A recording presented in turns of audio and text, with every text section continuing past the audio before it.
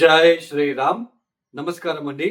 2026 నూతన ఆంగ్ల సంవత్సరాది మకర రాశి వాళ్ళ సంవత్సర ఫలితాలు ఎలా ఉన్నాయో తెలుసుకుంటూ వెళ్దాం. ముఖ్యంగా ఈ సంవత్సర ఫలితాలు అనేది సంవత్సర పొడవునా కూడా దీర్ఘకాలికంగా ఒకే రాశిలో సంచారం చేసే శని, గురు, రాహు, కేతు ఈ 4 గ్రహాల ఆధారాన్ని బట్టి ఈ రాశి వాళ్ళకి ఈ సంవత్సరం ఇలాంటి ఫలితాలు అనేది చెప్పుకోవడం జరుగుతుంది. ఈ 2026 సంవత్సరంలో ఈ 4 గ్రహాల రాశి మార్పులు ఏదైనా ఉందా? ఈ రాశి మార్పుల వలన ఈ మకర రాశి వాళ్ళకి ఎలాంటి ఫలితాలని చెప్పుకుంటూ వెళ్దాం. ముఖ్యంగా ఈ 2026 సంవత్సరంలో శని గ్రహ రాశి మార్పు అయితే ఉండదు. శని యాజ్ ఇట్ ఈస్ మీన రాశిలోనే సంచారాన్ని కొనసాగిస్తూ ఉన్నారు. ఇక రాహు కేతును సంచారాన్ని చూసుకున్నట్లయితే 2026 డిసెంబర్ 5వ తేదీ వరకు కూడా రాహు కేతు మార్పులు కూడా ఉండదు. రాహు యాజ్ ఇట్ ఇస్ కుంభంలో, కేతు యాజ్ ఇట్ ఇస్ సింహంలో సంచారం చేస్తూ ఉంటారు. అయితే 2026 డిసెంబర్ 5వ తేదీ తర్వాత రాహు మకరంలోకి ప్రవేశిస్తే కేతు కర్కాటక రాశిలోకి ప్రవేశిస్తారు. ఇక గురువు గారు ఈ సంవత్సరం ప్రారంభంలో మిథునంలో ఉంటారు.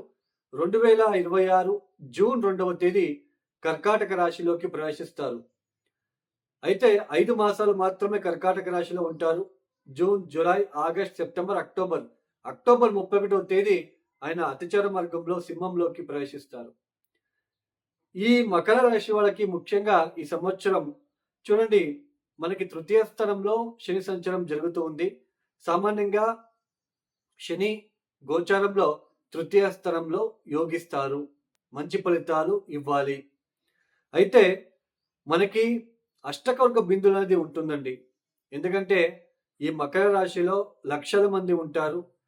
తృతీయ స్థానంలో శని అనగానే, తృతీయ స్థానంలో శని రాగానే మన జీవితాలు మారిపోతాయి, లేదా ఆర్థికంగా ఇబ్బందులు తొలగిపోతాయి, ఇవన్నీ కాదండి. అష్టకవర్గ బిందువులు, ప్లానెట్ స్ట్రెంగ్త్, మీనరాశిలో శని సంచారం జరుగుతుంది.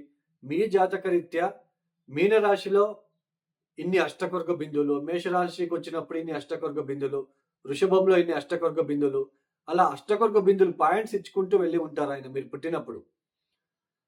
సో మీనరాశిలో శని గనక 0, 1, 2 అష్టకవర్గ బిందువులు వచ్చింటే అది ఆవరేజ్గా ఉంటుంది అని అర్థం. అదే 4, 5, 6 ఇచ్చి ఉంటే ఆర్థికంగా కూడా మీకు అభివృద్ధి చాలా అంతవరకు సంఘంలో మెయిన్ పబ్లిక్ సెక్టర్లో పనిచేసే వాళ్ళకి మంచి రెస్పెక్ట్ అనేది ఉంటుంది ఈ సమయంలో. తృతీయ స్థానంలో శని వచ్చినప్పుడు, తృతీయ స్థానం అంటే ఏంటి? Communication skills. కమ్యూనికేషన్ ఎలా ఉంటుంది, మనం ఎలా పబ్లిక్లో ఎలా ఉండబోతున్నాము, వాళ్ళకి వాళ్ళతో మన బాండింగు లేదా రిలేషన్షిప్ ఎలా ఉంటుంది, ఇవన్నీ కూడా తృతీయ స్థానం. అలానే సోదరులు. సో ఇవన్నీ కూడా మన రైటింగ్ స్కిల్స్ ఎలా ఉంటుంది, ఇవన్నీ కూడా తృతీయ స్థానం రిప్రజెంట్ చేస్తుంది. అలానే షార్ట్ టైం జర్నీస్, చిన్న చిన్న జర్నీస్, ప్రయాణాలు, ఇవన్నీ కూడా తృతీయ స్థానం రిప్రజెంట్ చేస్తుంది. అలాంటి తృతీయ స్థానంలోకి శని వచ్చినప్పుడు బాగుండాలి. బట్ అష్టకవర్గ బిందువులు మనం చెక్ చేసుకోవాలి. అది ఎంతవరకు బాగుంటుందో అది మనము అష్టకవర్గ బిందువుల ద్వారా తెలుసుకోవచ్చు. అలానే దశా పీరియడ్ కనుక శని మహాదశ, శని భుక్తి కనుక జరుగుతూ ఉంటే ఇంకా బాగా ఉండే ఆస్కారాలు ఉంటుంది.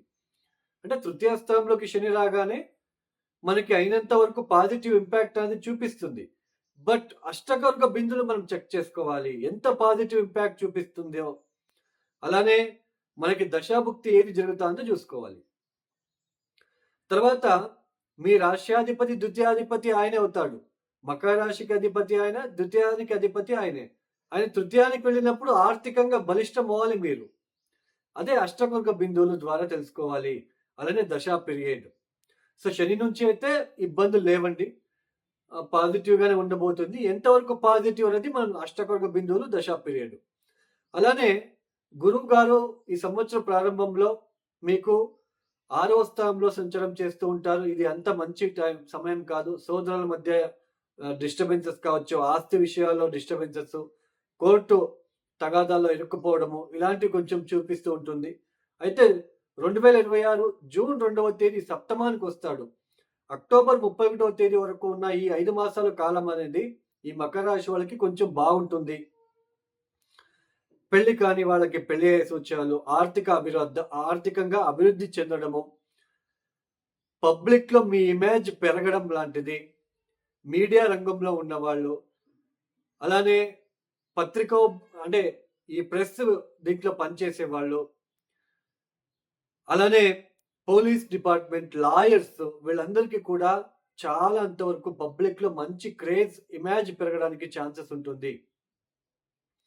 సోదరుల మధ్య ఆ విభేదాలు తగ్గడం లాంటిది, రావాల్సిన ప్రాపర్టీ రిలేటెడ్ కావచ్చు, రావాల్సిన డబ్బు విషయంలో కూడా పాజిటివ్గా ఉండడం లాంటిది, పెళ్లి కాని వాళ్ళకి పెళ్లి అయ్యే సూచనలు, ఇలా మంచిగా ఫలితాలు అనేది ఈ జూన్ నుంచి అక్టోబర్ వరకు ఈ మకర రాశి వాళ్ళు చూడవచ్చు. అలానే ముఖ్యంగా భార్యాభర్తల మధ్య తగాదాలు, ఇబ్బందులు పడుతూ సపరేషన్ అయిన వాళ్ళు కూడా ఈ సమయంలో కలుసుకోవడానికి అవకాశాలు ఎక్కువగా ఉంటాయి. సో సప్తమ స్థానంలో గురు రాగానే ఆయనది కూడా అష్టకొరక బిందులు చూసుకోవాలి. అలానే దశాభుక్తి మ్యాచ్ చేసుకోవాలి. ఇప్పుడు గురు మహాదశ, గురు భుక్తి జరుగుతూ ఉంటుంది ఎవరికో ఒకరికి. ఆయన సప్తమానికి వచ్చాడు, లగ్నం నుంచి ఎక్కడున్నాడు చూసుకోవాలి, మీ జాతకరీత్యా ఎక్కడున్నాడు చూసుకుంటే అప్పుడు ఈజీగా మీకు మ్యాచ్ అనేది అర్థమవుతుంది. సో మకర రాశి వాళ్ళకి ఇలాంటి సిచ్యుయేషన్ ఉండబోతుంది. ఆర్థికంగా కొంచెం పర్లేదు, ఇక మీద ఈ సంవత్సరంలో కొంచెం ఆర్థికంగా అభివృద్ధి అయితే ఉంటుంది. బట్ అది తాత్కాలికం. ఇది గోచరం ద్వారా వచ్చే ఫలితాలు మాత్రమే. నేను ఇక్కడ జాతకం, ఎవరి జాతకం కూడా చెప్పట్లేదు. గ్రూప్ వైజ్ ఈ రాశుల వాళ్ళు లక్షల మంది ఉంటారు. అందరికీ కూడా ఇలాంటి సిచ్యుయేషన్ రావచ్చు, ఇలాంటి ఫలితాలు కలగవచ్చు. డిపెండ్స్ ఆన్ వాళ్ళ వైయక్తిక జాతకంలో అష్టకర్క బిందువులు, దశాభుక్తి ఈ రెండు మ్యాచ్ చేసుకోవాలి. June, July, August, September, October 31వ తేదీ వరకు మాత్రం మకర రాశి వాళ్ళకి చాలా బాగుంటుంది. ఈ మకర రాశి వాళ్ళు మరిన్ని ఫలితాలు పొందుకోవాలంటే ప్రతిరోజు మహాలక్ష్మిని పూజించండి. మీరు ఎంత మహాలక్ష్మిని పూజిస్తారో అంత మంచిది. మహాలక్ష్మి గుడికి వెళ్ళడము, మహాలక్ష్మికి మల్లెపూలు, అలానే పులిహోర లాంటిది నైవేద్యం పెట్టడము, ఇలాంటివి ఎంత చేస్తారో మీకు అంత మంచిది. ఏదైనా మహాలక్ష్మి స్తోత్రాలు చదువుకోవడము ఇలాంటివి చేయండి. అలానే ఈ సంవత్సరం పొడవునా కూడా దక్షిణామూర్తిని ఎక్కువ మీరు మకర రాశి వాళ్ళు ఆరాధించడానికి, అలానే దక్షిణామూర్తికి కొంచెం అభిషేకాలు లాంటివి, దక్షిణామూర్తి స్తోత్రము చదువుకోవడానికి మీరు ప్రయత్నం చేస్తే మరింత శుభ ఫలితాలు మీరు చూడవచ్చు. ఇక ఎవరైతే వీడియో చూస్తున్నారో లైక్ చేయండి, షేర్ చేయండి, సబ్స్క్రైబ్ చేసుకోండి. అలానే ఎవరికైనా ఆస్ట్రాలజీ కన్సల్టేషన్ కావాలనుకుంటే డిస్ప్లే అవుతున్న నంబర్కి నేరుగా కాల్ చేయండి. ప్రాబ్లమ్స్ చెప్పుకోరాదు, మీ ప్రాబ్లమ్స్ నా దగ్గర మీరే చెప్పేస్తే ఇంకెందుకు, డేట్ ఆఫ్ బర్త్ టైమింగ్స్ ఇస్తే నేను చెప్పాలి. సో ఎవరికైనా కావాలనుకుంటే డిస్ప్లే అవుతున్న నంబర్కి నేరుగా కాల్ చేయండి. సర్వే జనం సుఖినో భవంతు. ధన్యవాదములు. జై శ్రీరామ్.